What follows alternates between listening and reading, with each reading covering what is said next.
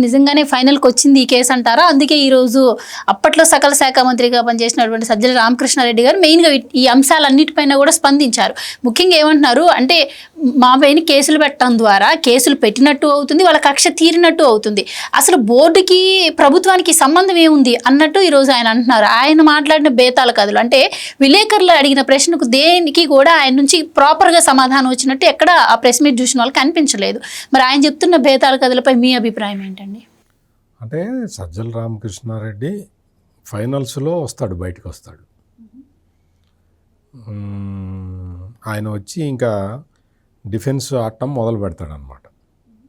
Runs కొట్టడు, out కానివ్వడు. అట్లా డిఫెన్స్ ఆడటంలో నేర్పరి. ఆ డిఫెన్స్ ఆడుతున్నాను అనుకుంటాడు కానీ అతనికి తెలియని విషయం ఏంటంటే ఓవర్లు అయిపోతుంటాయి కదా. డిఫెన్స్ ఆడతాను నేను, మ్యాచ్ గెలుస్తాం ఆటోమేటిక్గా అనుకుంటూ ఉంటాడు. ఇక్కడ ఓవర్లు అయిపోతుంటాయి, బాల్స్ అయిపోతూ ఉంటాయి. ఆ విషయం గమనించలేడు. అందుకనే హిట్ వికెట్ కొట్టడంలో ఆయన చాలా సిద్ధహస్తుడు. ఈయన ఇది మొదటిసారి కాదు. మామూలుగా మన బాబాయ్ మర్డర్ కేసు ఉంది కదా, మన బాబాయ్ మర్డర్ కేసులో కూడా ఇదే విధమైన ఆర్గ్యుమెంట్లు చాలా వినిపించాడు. అంటే ఈయనకి ఏంటంటే టెక్నాలజీ ఏంటి అంటే తిమ్మిని బమ్మిని చేయడం, బమ్మిని తిమ్మిని చేయటం, ఒక ఆర్గ్యుమెంట్ చెప్పడం, ఆ ఆర్గ్యుమెంట్ ద్వారా లాభం కలిగేలాగా చూసుకోవటం. ఈ సందర్భంగా ఒకటి చెప్పాల్సిన విషయం ఏంటంటే మన తెలివితేటలు ఉపయోగించి మనం ఎన్ని ఆర్గ్యుమెంట్లైనా చెప్పచ్చు, కానీ బేసిక్ ఫ్యాక్ట్ అంటే ఒక వాస్తవం అనే బేస్ ఒకటి ఉంటుంది. నేను ఎన్ని రకాల కథలైనా చెప్పచ్చు, అంకమరావు గారు ఎన్ని రకాల కథలైనా చెప్పచ్చు, సజ్జల రామకృష్ణారెడ్డి ఎన్ని బేతాళ కథలైనా చెప్పచ్చు, కానీ దర్యాప్తు ఏదైనా కేసు దర్యాప్తు చేసే పోలీసులు బేతాళ కథలు చెప్పలేరు. వాళ్ళకి ఆధారాలు ఉండాలి. ప్రైమరీ ఫేసి ఉంటేనే కేసు దర్యాప్తు టేకప్ చేస్తారు. లేకపోతే ఆ కేసు దర్యాప్తు చెయ్యి అంటే వద్దు సార్ అందులో ఏమీ లేదు అని చెప్పి తప్పుకుంటారు. పోలీసులు ఇంత పక్కడ్బందీగా ఆ కేసుని దర్యాప్తు చేస్తున్నారు అంటే అందులో ప్రాథమిక ఆధారాలు వాళ్ళకి దొరికినట్టు లెక్క. ప్రాథమిక ఆధారాలు దొరికిన తర్వాత కొన్ని రోజులు దర్యాప్తు చేసిన తర్వాత పూర్తి స్థాయి ఆధారాలు దొరికినట్టు. ఇప్పుడు పరకామణి కేసు కానీ, ఈ కల్తీ లడ్డూ కేసు కానీ, ఇంకా ములకల చెరువు అక్రమ మద్యం, నకిలీ మద్యం ఆ కేసు కానీ, ఒరిజినల్ కేసు ఉంది కదా లిక్కర్ స్కామ్, అందులో కానీ వీటిలో ఈ నాలుగే నేను ముందర అంటే ఈ 4 కేసులు చూస్తే మనకు అర్థమైపోతుంది అసలు జగన్మోహన్ రెడ్డి 5 సంవత్సరాల కాలంలో ఏం జరిగిందనేది. అందుకని ఈ 4 కేసులు ఇంత పెద్ద పెద్ద ఆరోపణలు కూడా సింపుల్గా ఒకే డైవర్షన్ పాలిటిక్స్తో ఎగ్జాక్ట్లీ మీకు అదే దగ్గరికి వస్తాను నేను. ఈ 4 కేసుల్లో చాలా స్పష్టమైన ఆధారాలు పోలీసుల దగ్గర ఉండబట్టే ఒక్కొక్క కేసులో ఒక్కొక్కడిని అరెస్టు చేస్తూ ఉంటే ఆడికి బెయిల్ కూడా రావట్లా. ఇది అంటే న్యాయస్థానాలు పోలీసులు ఇస్తున్న ఆధారాలని పరిగణనలోకి తీసుకుంటున్నాయి. ఒకసారి డిఫాల్ట్ బెయిల్ వచ్చిన వాళ్ళకు కూడా బెయిల్ క్యాన్సిల్ చేసి మళ్ళీ జైలుకు పంపిస్తున్నారు. ఇది ఆంధ్రప్రదేశ్లో పోలీసులు జరుపుతున్న విచారణకి అంటే దానికి ఉన్న క్రెడిబిలిటీని ఎప్పటికప్పుడు ఎస్టాబ్లిష్ చేసుకుంటూ పోతూ ఉన్నారు. అందుకని మనం ఇక్కడ కూర్చొని కెమెరా ఎదురుగా ఉంది కదా అని మన తెలివితేటలన్నీ ప్రదర్శిస్తే నడవదు. అక్కడ పోలీసుల దగ్గర అట్లా నడవదు.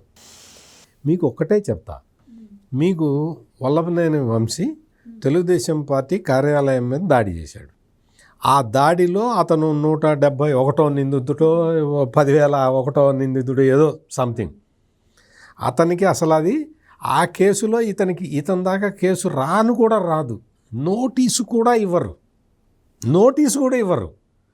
అటువంటి సంఖ్యలో, అంటే నిందితుల సంఖ్యలో చివర్లో ఉన్న వ్యక్తి కూటమి ప్రభుత్వం అధికారంలోకి రాగానే ఆ కేసు ఎక్కడ తీసుకుంటారో అన్న ఆదుర్దాతోటి, అన్న ఆందోళనతోటి ఒక దళిత యువకుడిని కిడ్నాప్ చేశారు. కేసు రీఓపెన్ చేయగానే కిడ్నాప్ చేశారు. అది నేను చెప్పేది ఏంటంటే, ఒక దళిత యువకుడిని కిడ్నాప్ చేసేసి ఆ కేసును నేను విత్డ్రా చేసుకుంటున్నాను అని చెప్పించి ఇదంతా చేసిన తర్వాత పోలీసులకు డౌట్ వచ్చింది. ఇదేంటి సడన్గా ఈ పిల్లాడు కేసు విత్డ్రా చేసుకున్నాడు అని చెప్పి వాళ్ళు ఎంక్వైరీ మొదలు పెడితే ఈ వల్లభనేని వంశీ కిడ్నాప్ చేశాడని తేలింది. తొందరపడి ముందే పోయడం. ఎగ్జాక్ట్లీ. వల్లభనేని వంశీని మామూలు పరిస్థితుల్లో అసలు అరెస్టే చేసి ఉండేవాళ్ళు కాదు. అటువంటిది వచ్చేసి ఆ దీపం వెలుగుతూ ఉంటే ఆ శలభాలు వచ్చి టక్ ఆనుకుని రెక్కలు కాలిపోయి చచ్చిపోయినట్టు వల్లభనేని వంశీ పరిస్థితి జరిగింది. ఇప్పుడు పరకామణి విషయానికి వస్తే, పరకామణిలో మామూలుగా ఆ కేసు ఆస్తులు అంటే సజ్జల రామకృష్ణారెడ్డి చెప్పినంత ఈజీగా కేసు ఏమి లేదు. ముందు నుంచే చాలా పకడ్బందీగా ఉంది. ఆ 14 కోట్ల రూపాయలు రాయించాం 14. ఇంకోటి ఏమంటాడంటే సజ్జల రామకృష్ణారెడ్డి, వైసీపీ లీడర్లకు ఎవరికన్నా రాశారా, అది ఎంక్వైరీ చేయండి అంటాడు. చేసేది అదే. తేలింది కాబట్టి ఎగ్జాక్ట్లీ బయటికి వైసీపీ లీడర్లకి ఎవరికన్నా రాశారా, అది తేల్చండి అంటాడు. అది తేలింది కాబట్టే ఇప్పుడు వస్తుంది ఈ పరిస్థితి. పరకామణి కేసుకు సంబంధించి ఈ ఇంతవరకు రావటానికి, భూమన కరుణాకర్ రెడ్డి వరకు కేసు రావటానికి ఇంకా కొంత టైం పట్టుండేది. కానీ సడన్గా ఎవరైతే కంప్లైంట్ చేశాడో అతను సడన్గా రైలు పట్టాల మీద పడుండటం, ఇందాక అంకమరావు గారు చెప్పినట్టు వెనక ఎవడో కదిరి గొడ్డలు పెట్టి వేయటం, కాళ్ళు చేతులు ఎముకలు విరిగి ఉండటం, ఇవన్నీ చూసిన తర్వాత అమ్మా ఈ కేసు మామూలుగా మనం అనుకున్నంత ఈజీ కాదు, ఇందులో చాలా పెద్ద పెద్ద శక్తులు ఉన్నాయని చెప్పి రవిశంకర్ అయ్యన్నార్ లాంటి సీనియర్ ఆఫీసరు దీని వెనకబడి, నేను అదే చెప్తున్నా, నేను అదే పాయింట్కి వస్తున్నా. ఏంటి అంటే, అతను రైలు కింద నుంచి పడ్డాడు, ఆత్మహత్య చేసుకున్నాడు అని వీళ్ళు ఆర్గ్యుమెంట్ మొదలుపెట్టారు. అతను రైలు కింద స్లిప్ అయి పడటము జరగదు, ఆత్మహత్య చేసుకోవటము జరగదు. ఎందుకంటే అతనికి మంచి స్థిరమైన ఉద్యోగం ఉంది, అతను పనిచేసేదే రైల్వే ప్రొటెక్షన్ ఫోర్సులో. అందుకని కాలు జారి కింద పడటం ఇటువంటి కాకమ్మ కథలు అక్కడేమి ఉండవు. రైల్వే ప్రొటెక్షన్ ఫోర్సులో పనిచేసే వ్యక్తి అంటే ఆ రైళ్ళు ఒక 120 కిలోమీటర్ల వేగంతో రైలు వెళ్తున్నా కానీ బోగి తలుపులు వేసి ఉంటే ఒక బోగిలో నుంచి కిటికీ పట్టుకొని ఇంకొక బోగిలోకి వెళ్ళగల నైపుణ్యం ఉన్నవాడినే రైల్వే ప్రొటెక్షన్ ఫోర్స్లో పెట్టుకుంటారు. ఎందుకంటే ఒక కంపార్ట్మెంట్లో దూరి దొంగలు అన్ని గడియలు వేసేసి లోపల అందరినీ దొంగతనం చేస్తూ ఉంటే సడన్గా రైలు ఆపిచ్చి అవన్నీ చేయలేరు కదా. అందుకని వీళ్ళకి స్పెషల్ ట్రైనింగ్ కూడా ఉంటుంది, వాళ్ళు వెళ్తారు బోగిల్లోకి. అంత పక్కడబందీగా రైల్వే కేసులు, రైల్లో జరిగే దొంగతనాలని, స్టేషన్లో జరిగే మర్డర్లని, దొంగతనాలని ఛేదించే పోలీస్ ఆఫీసరు ఇటు స్లిప్ అయి కింద పడి చచ్చిపోతాడా. అందుకని ఇప్పుడు ఏమైంది అంటే, ఒరిజినల్గా పరకామణి కేసు కొంత ఏమన్నా డిలే అవడానికి ఆస్కారం ఉండేది, ఇంకా సాక్ష్యాలు ఆధారాలు తీసుకోవడానికి.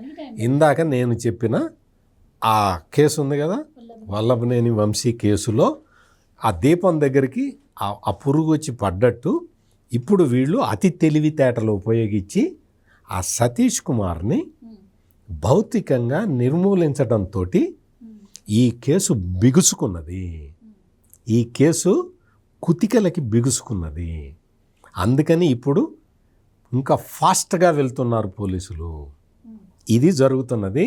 ఇది మామూలుగా సతీష్ కుమార్ గనక బతికే ఉన్నట్టయితే, ఆ రవికుమార్ అంటే పరకామణి చోరీ పాల్పడిన వ్యక్తి, పెద్దజీఆర్ స్వామి దగ్గర పనిచేసే పెద్దజీఆర్ అందులో పనిచేసే వ్యక్తి, అతను మామూలుగా ప్లెయిన్గా ఉన్నట్టయితే ఈ కేసు ఇంకా చాలా కాలం బట్టి ఉండేది. అంటే మీరు చెప్తున్న దాని ప్రకారం ఇప్పుడు భూమన కరుణాకర్ రెడ్డి గారు అటు పరకామణి అంశం కన్నా కానీ సతీష్ గారి మరణం విషయంలో ఫిక్స్ అయ్యారని మీ అభిప్రాయం? ఇప్పుడు జరుగుతున్న పరిణామాలు చూస్తూ ఉంటే సతీష్ కుమార్ మరణం తర్వాత పోలీసులు వాళ్ళు అప్పటి వరకు 1000 కళ్ళతోటే అబ్జర్వ్ చేస్తూ ఉన్నారు దీన్ని. ఎప్పుడైతే సతీష్ కుమార్ అనే వ్యక్తి చనిపోయాడో, అంటే వాళ్ళ మామూలుగా అయితే చనిపోయాడు, వైసీపీ భాషలో చెప్పాలి అంటే ఆత్మహత్య చేసుకున్నాడు, లేదు మామూలుగా కామన్ మెన్ భాషలో చెప్పాలి అంటే సతీష్ కుమార్ని కదిరి గొడ్డలు పెట్టి వేసేశారు. ఆయచోటి గొడ్డలు. ఇది ఎప్పుడైతే ఈ ఇన్సిడెంట్ జరిగిందో పోలీసులకి దీని సీరియస్నెస్ అర్థమయ్యి ఇప్పుడు ప్రముఖ వ్యక్తులకి నోటీసులు ఇచ్చే స్థాయికి వచ్చారు. ఇందాక మీరు అన్నారు ఈయన పేరు ఎవరన్నా చెప్పారా అని. అంటే ఆ పరకామణి దాంట్లో ఆ విజిలెన్స్లో పనిచేసే వ్యక్తుల్లో ఒక్క సతీష్ కుమారే ఉండడు, ఇంకా చాలామంది ఉన్నారు. ఆయన పై వాళ్ళు ఉన్నారు, ఆయన పై వాళ్ళు ఉన్నారు, వాళ్ళ పై వాళ్ళు ఉన్నారు. చాలా మందిని పోలీసులు ఎంక్వైరీ చేశారు. అంటే సతీష్ కుమార్ మరణానికి ముందు ఈయన ఎంక్వైరీకి వెళ్ళినప్పుడు అప్పట్లో చైర్మన్ గా ఉన్నారు కాబట్టి ఈయన ఎంక్వైరీ చేశారు. చైర్మన్ గురించి ఇంకటి ఏంటి అంటే ఇప్పుడు ఈ సతీష్ కుమార్ పైన ఉంటారు, వాళ్ళ పైన ఉంటారు, చీఫ్ విజిలెన్స్ ఆఫీసర్ ఉంటాడు. వీళ్ళందరికీ చెప్పకుండా ఎవరు కేసు పెట్టిన సతీష్ కుమారు వాళ్ళు దొరకంగానే వాళ్ళ పై అధికారికి చెప్పకుండా ఉండరు. అది డిసిప్లిన్డ్ పోలీస్ ఫోర్స్. అని పాపం ఆయన చాలా సిన్సియర్ గా పనిచేశారు. వెంటనే ఎప్పుడైతే గమనించారో వెంటనే ఎగ్జాక్ట్లీ అది చేసిన తర్వాత పైదాకా సమాచారం అధికారికంగా వెళ్ళింది, కేసు బుక్ అయింది, అన్నీ జరిగినాయి. అక్కడ వరకు ప్రాపర్గానే ఈ ఛానల్ అంతా పైదాకా పోయిందన్న విషయాన్ని మర్చిపోయి ఆదుర్దాలో తొందరలో ఈ కేసులో మనం ఇంకా ఇరుక్కుపోతావేమో అన్న ఒక తపనతోటి, ఒక భయంతో ఇతన్ని నిర్మూలించారు. ఇతన్ని నిర్మూలించిన పాపం వెంటాడుతూనే ఉంటుంది. రకరకాల సాక్ష్యాలు, ఆధారాలు ఇప్పుడు లభ్యమైనాయి. నెక్స్ట్ చూడాలి ఇంకా. అంటే నెక్స్ట్ మామూలుగా మిగతా కొంత కథ రాస్తారు. మామూలుగా ఇదివరకు ఏదైనా కొత్త సినిమా రిలీజ్ అయితే సగం కథ రాసి ఆ జమీందారు బతుకుతాడా, ఆ జమీందారు వారసులు కనపడతారా, మిగతా కథ వెండితెరపై చూడండి అని రాసేవాళ్ళు ఇదివరకు. అట్లా ఇప్పుడు ఇందులో నెక్స్ట్ ఏం జరగబోతున్నది అనేది వెండితెర మీద చూడాలి. ఖచ్చితంగా వెంకటేశ్వర స్వామి ఉన్నాడు అని పదే మనకి సాక్షాత్కారం అవుతూనే ఉన్నది. Please subscribe to Leo news for more videos.